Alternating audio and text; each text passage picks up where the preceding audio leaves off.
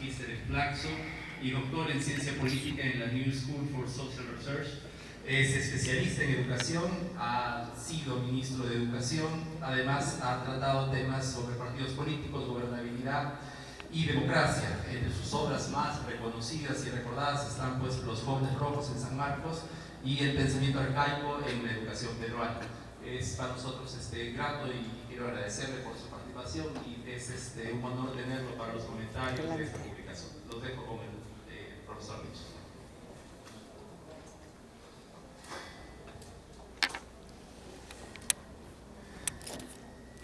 Bien, quisiera empezar estos breves comentarios agradeciendo a la invitación de la Secretaría Nacional de Juventud del sector de educación por esta invitación. Me parece importante que podamos discutir estos temas en la universidad y me parece todavía más importante que haya una instancia del Estado que traiga el resultado de algún estudio, de alguna investigación, de alguna pesquisa y lo presente en la universidad para poder debatir sobre el tema. Bueno, es indudable, yo tengo una conexión emocional con el tema que se debate hoy día. Escribí un libro hace casi 30 años ya sobre este tema, que se publicó en 1990, quizás algunos de ustedes lo conozcan, pero está fuera de circulación hace mucho tiempo.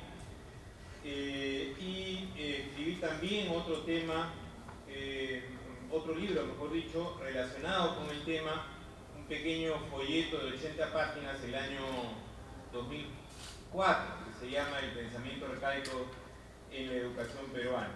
Y no era exactamente sobre el tema de la política y la juventud, indirectamente relacionado con la política y la juventud, más sobre un determinado tipo de cultura política en el sector de educación.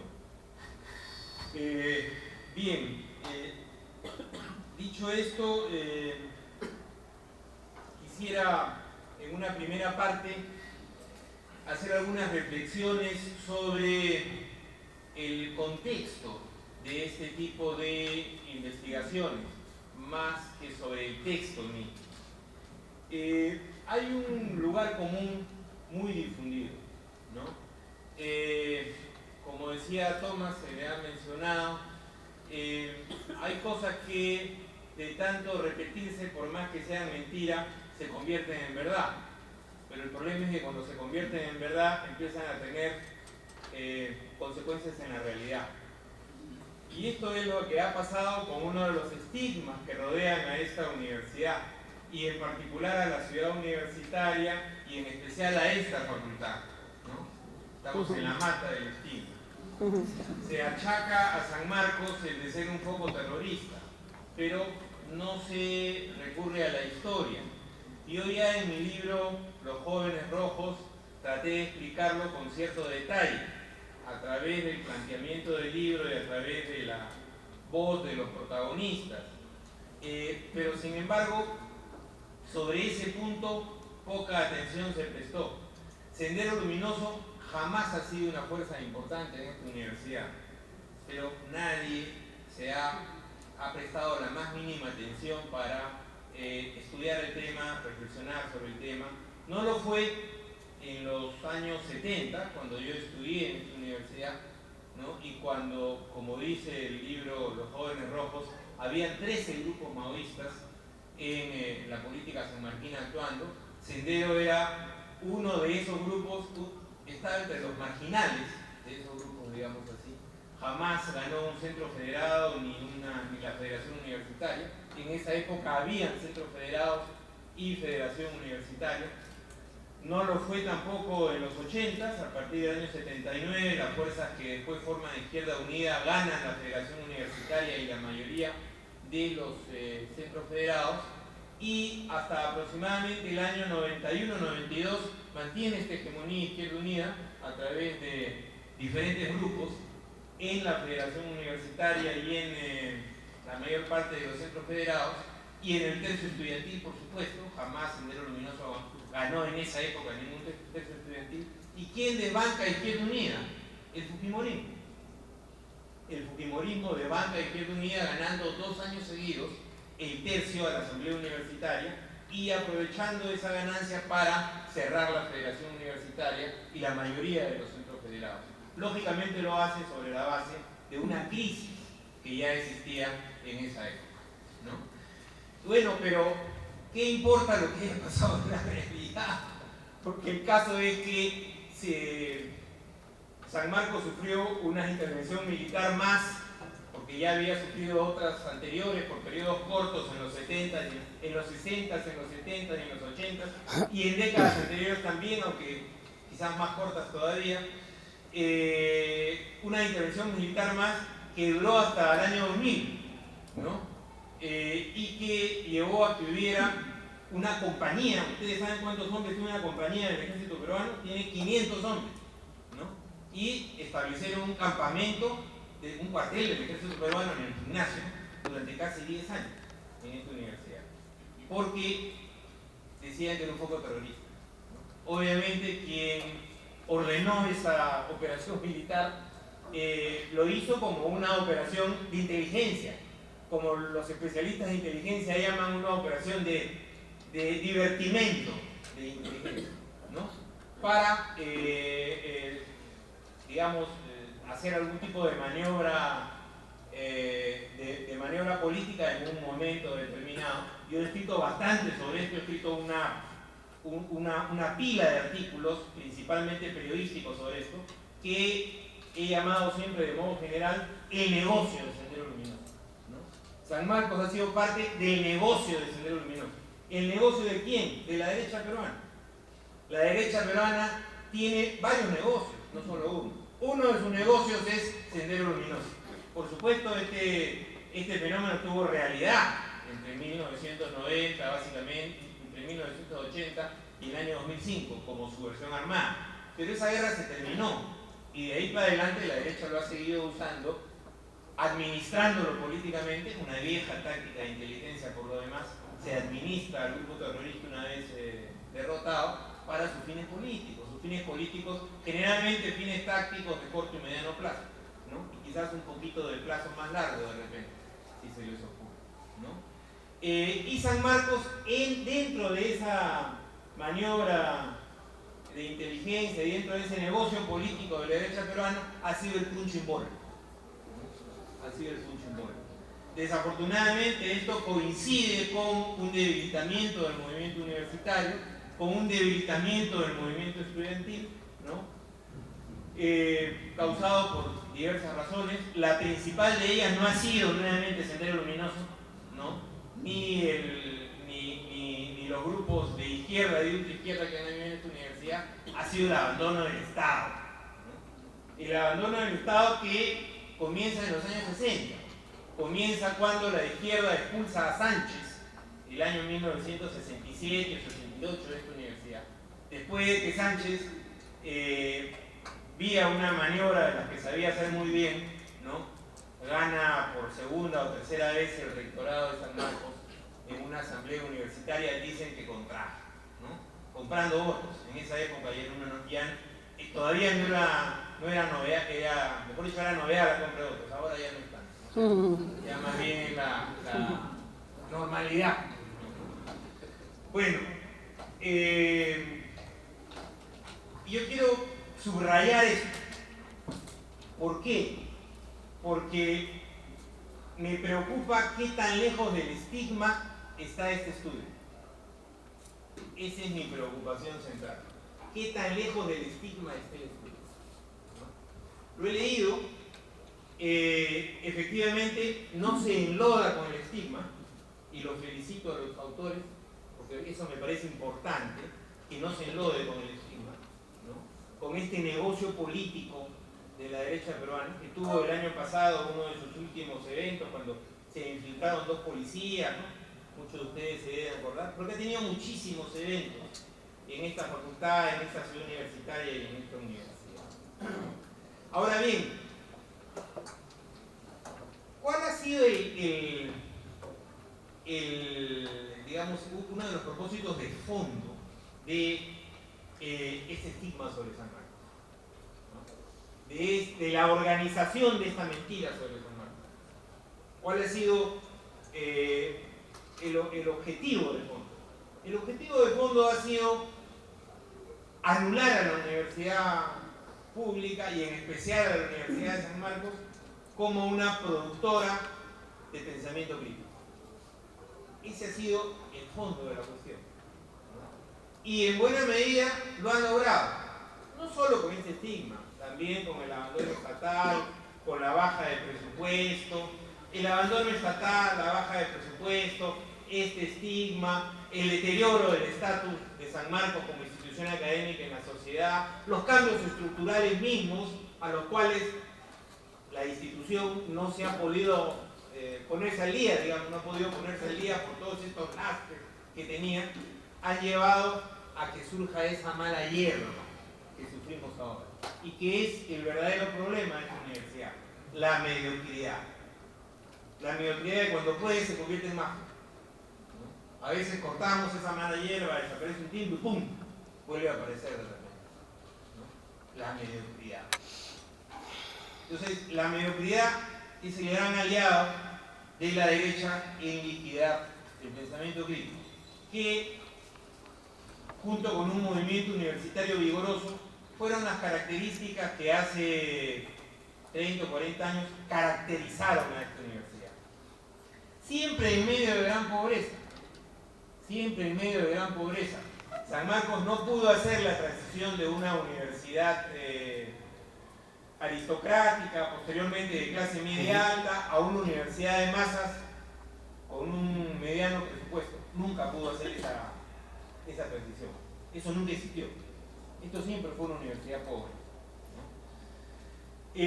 Pero claro, había que liquidar ese movimiento universitario rebelde y había que liquidar esa mata de pensamiento, ¿no? Entonces, este estigma, entre varias otras causas, ha sido una herramienta muy importante. Ha sido una herramienta muy importante.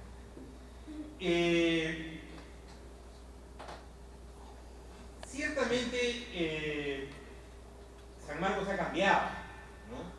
No es, como lo dice Zapata en la introducción, en el prólogo, perdón, ya no es este el San Marcos de los 70 ni de los 80. No es este por, en fin, consistencia institucional, no es este por la propia oferta académica universitaria que brinda, no es por el perfil sociológico de los estudiantes. Estamos ante una universidad distinta, no tan destruida físicamente como la de hace 25 o 30 años, ¿eh? Yo recuerdo en mi clase de introducción a la sociología de hace 30 años, cuando no había biblioteca, sacaba a los estudiantes a pasear por la ciudad universitaria y después les hacía preguntas. ¿Cuál era el color predominante en esa época? Marrón, porque todo estaba destruido. Pero todo estaba destruido porque las autoridades no le construían nada. Ahora hay un decano que ha construido una facultad sobre el parque. Yo me preguntaba qué cosa es más terrible, ¿no? Tener todo destruido o construir una facultad sobre el parque. No sé quién le permitió a ese señor construir su facultad sobre el parque, ¿no? Aquí también nos construyeron la facultad de administración de empresas sobre una parte de nuestro jardín, ¿no? Bueno, prácticamente pasa cualquier cosa, ¿no? En San Marcos en estos días. El día viernes pasado, la semana antepasada, suspendieron las clases porque colapsó el desagüe de la ciudad universitaria. Bueno, el desagüe de la ciudad universitaria está malogrado hace 30 años. Está malogrado hace 30 años. Desde que yo era estudiante está malogrado el desagüe de la universidad. Pero no es un tema de risa. Hay un problema estructural con el desagüe de la ciudad universitaria que la universidad no compone. Entonces, esa puede ser una metáfora, ¿no? Como la iguana blanca que habita los desagües de San Marcos, que era verde cuando su tatarabuela la metieron chiquita en los desagües y alimentándose del detrito sanmarquino ha perdido el color y ha aumentado el tamaño. hay una leyenda, ¿no?, sobre una iguana blanca que habita los desagües de San Marcos. Bien, ha cambiado y esto se refleja en la encuesta. Y eso yo creo que es interesante, ese quizás es ¿cómo les podría decir?, el aporte más importante. Este nuevo perfil sociológico del estudiante sanmarquino, ¿no? Digamos, el perfil en sus características básicas, ¿no? Diría yo que incluso más importante que las conclusiones que se pueden sacar del cambio de actitudes políticas, que también es perceptible, ¿no? Pero el primero me parece fundamental. Ahora bien, yo creo que el estudio, teniendo esa gran virtud de mostrar un nuevo estudiante sanmarquino en sus características, por usar una palabra que no me gusta, pero sencilla, objetivas, tiene un problema, ¿no? Tiene un problema, y me lo hacía ver ahora, minutos antes de venir, corté el taller doctoral de sociología que doy en el cuarto piso, me lo hacía ver uno de los estudiantes del taller, ¿no? No es suficientemente fuerte en el libro la construcción de un enfoque teórico para sacarle todo el jugo que tiene la encuesta. Yo creo que Ray Mills decía que uno de los grandes riesgos de la investigación sociológica era confundir la metodología con la disciplina, ¿no? Y yo creo que aquí se confunde un poco el método de la encuesta con el tema del libro, ¿no? Siendo muy positivo que se haya hecho el esfuerzo de hacer esta encuesta, ¿no? Sin embargo, creo yo que se ha invertido poco en el desarrollo de un enfoque sobre cultura política universitaria, cultura política de los estudiantes universitarios. Y había mucho menos hace 30 años cuando yo escribí Los Jóvenes Rojos, hay ahora una literatura importante sobre cultura política, en este caso sobre lo que sería una subcultura política, ¿no?, de los estudiantes universitarios. Me parece que una discusión sobre la literatura existente hubiera podido ordenar mejor quizás el esquema de encuesta y sacarle más provecho a los resultados, ¿no?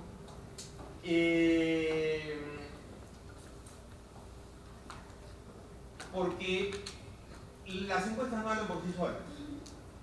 A las encuestas hay que hacerlas hablar bien, ¿no? Con lo cual no digo yo que hay que maniobrarlas, hay que hacerlas hablar en el buen sentido de cómo un enfoque escoge una determinada herramienta, vigila su aplicación y luego procede al análisis de los datos que esta herramienta brinda, ¿no? Les digo esto porque esta despolitización aparente que podría concluirse de los resultados que se brindan, yo creo que en buena parte es resultado del proceso político de esta institución. No es que antes hayamos tenido unos estudiantes A y ahora tengamos unos estudiantes B solamente. También esta institución tiene una historia política, ¿no? Y al mismo tiempo también estamos en un país que tiene un modelo económico que no sé si alguna vez le ha ofrecido menos trabajos a los jóvenes. Este es un modelo económico que, de acuerdo a Julio Gamero, el año 2012, que es cuando este señor realiza su estudio, solo le da trabajo decente, o sea, trabajo con derechos, al 12% de la FEA, o sea, aproximadamente 1.800.000 peruanos de un poco más de 16 millones que conforman la población económicamente activa, ¿no? Y el propio Ministerio de Trabajo nos dice que en la juventud el grado de ocupación es la mitad de la PEA general. O sea que aproximadamente no llega al 5 al 6% el número de jóvenes, o sea, de menores de, por rango de edad creo hasta 24 años, o 15 a 29, tiene trabajo con derechos. Entonces, el trabajo con derechos es la mercancía menos existente entre la juventud peruana en el día de hoy. Este es un país sin trabajo, básicamente. O sea, un país cuya crisis económica es profundísima, ¿no? Solo que, como se mide, de acuerdo a lo que le gusta al dueño del capital, de acuerdo a la producción de riqueza, no se mide de acuerdo a la producción de trabajo, ¿no? Nosotros, por ejemplo, de acuerdo a la OIT, tenemos 68.8% de trabajo informal. De acuerdo a Pedro Franque, por ejemplo, me decía que esa era una cifra que se quedaba corta, que en realidad eran hasta 10 puntos más de trabajo informal. En el medio tenemos una población que tiene algunos derechos, pero no todos. Imagínense, solo 12% tiene trabajo con todos los derechos. Cuando hablan de los países europeos o Estados Unidos, dicen hay un 6% de ocupación, un 7% de ocupación, un 8% de ocupación. Nosotros tenemos 12% de ocupación. La crisis económica es horrorosa, ¿no? Entonces, imagínense el nivel de fragmentación social que produce esa aguda situación económica en la mayoría de la población. Luego de un proceso de derrota, como ocurrió a principios de los 90, de los movimientos sociales y políticos populares, que ha hecho que la tradición se convierta en moneda corriente. El último caso es el de Ollanta Humala. Sale elegido rápidamente tradición. Y esto pues nos lleva a una aguda fragmentación política. Entonces vivimos en una sociedad que tiene condiciones estructurales de aguda fragmentación política y en una institución que tiene un pasado pesado, por decirlo menos, ¿no?, respecto de su historia política. Entonces, estos elementos no se ven mirando la realidad exclusivamente a partir de una encuesta. Y yo quisiera llamar la atención sobre ello. Y de esa manera establecer los límites en el tratamiento que se ha dado a los resultados de esta herramienta. Ahora bien, esto por supuesto no desmerece el trabajo realizado. No desmerece el trabajo realizado. Para empezar, porque son pocos los trabajos que se han realizado al respecto, son pocos. Me acuerdo a mediados de los 90 del de Lucho Montoya, que estaba acá esta tarde, fue su tesis como bachiller en ciencias sociales hace 20 años. Le dije que se quedara, pero no lo veo, me parece que se ha ido, ¿no? Una extraordinaria tesis desde otra perspectiva metodológica a la que se presenta esta noche y al libro Los Jóvenes Rojos. Él analiza imaginarios de 3 generaciones de jóvenes sanmarquinos, otra perspectiva metodológica, pero también con resultados interesantes. Y algunos estudiantes que he tenido a lo largo de esta última década y media de profesor de taller, tanto en la licenciatura de Sociología como en el doctorado de Sociología, algunos estudiantes que han tenido proyectos y escrito algunos artículos a partir de esos proyectos sobre el movimiento estudiantil. Desafortunadamente, ninguno que haya llegado a completar el trabajo de tesis, ¿no? Fujimori, uno de los tremendos daños que nos hizo fue declarar voluntaria la tesis, ¿no? Con lo cual quitó esa pequeña, limitada, pero muy importante fuente de investigación que era la tesis universitaria, ¿no?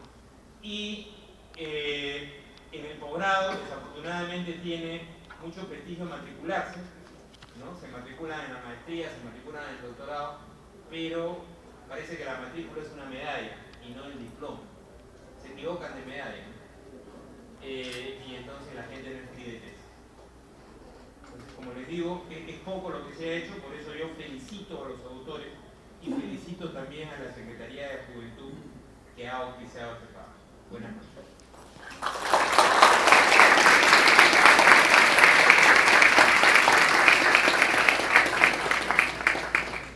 Muchas gracias al profesor Nicolás Mich. Una de los datos y las conclusiones que ustedes van a poder encontrar en el libro, pues no lo habíamos comentado antes, a modo de esperar la parte final de esta presentación. Finalizada la presentación del libro, en la parte posterior van a poder los participantes escribirse ligeramente sus datos, nombre, apellido y nada más, y se les va a hacer entrega de un ejemplar a modo pues de que esta publicación sea difundida. Uno de los datos decía que aparece en esa misma publicación es el valor que los estudiantes de San Marcos le dan al diálogo, al intercambio de ideas y al proceso pues de una crítica dentro de los límites de la democracia y el respeto mutuo. Toda vez que esto es así, nosotros quisiéramos abrir una breve ronda de preguntas para que alguno de ustedes quiera hacer algún tipo de pregunta a los autores o algún comentario muy puntual pueda hacerlo, por favor.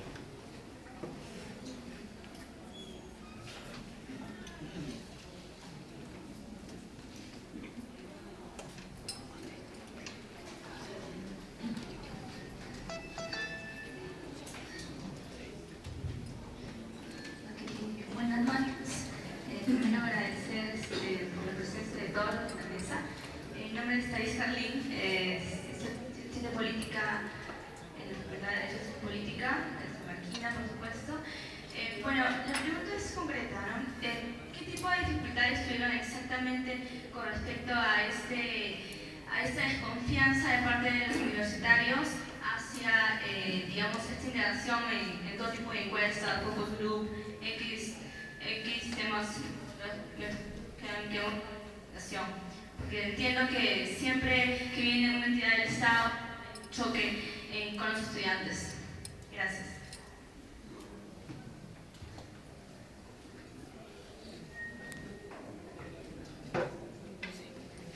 Buenas noches, mi pregunta iba a la mesa.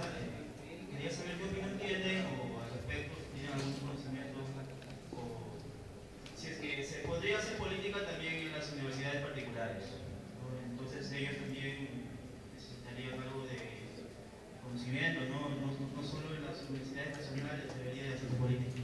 Muchas gracias.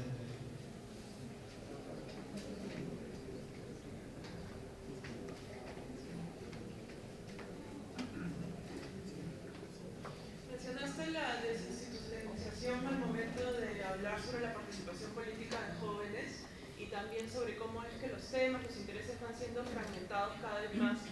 Mi pregunta es, ¿qué formas son las que has encontrado de representación, de participación de los jóvenes que vayan de pronto más allá de la demostración, ¿no? De esas formas de demostrar, de ser vistos, de compartir información ya sea a través de redes virtuales, ya sea a través de flash mobs? ¿Qué otras formas y qué complejidades has encontrado en ellas de parte de los jóvenes en San Marcos? Bueno, saludar el texto que se ha presentado y también a los realizadores del mismo. En primer lugar, yo creo que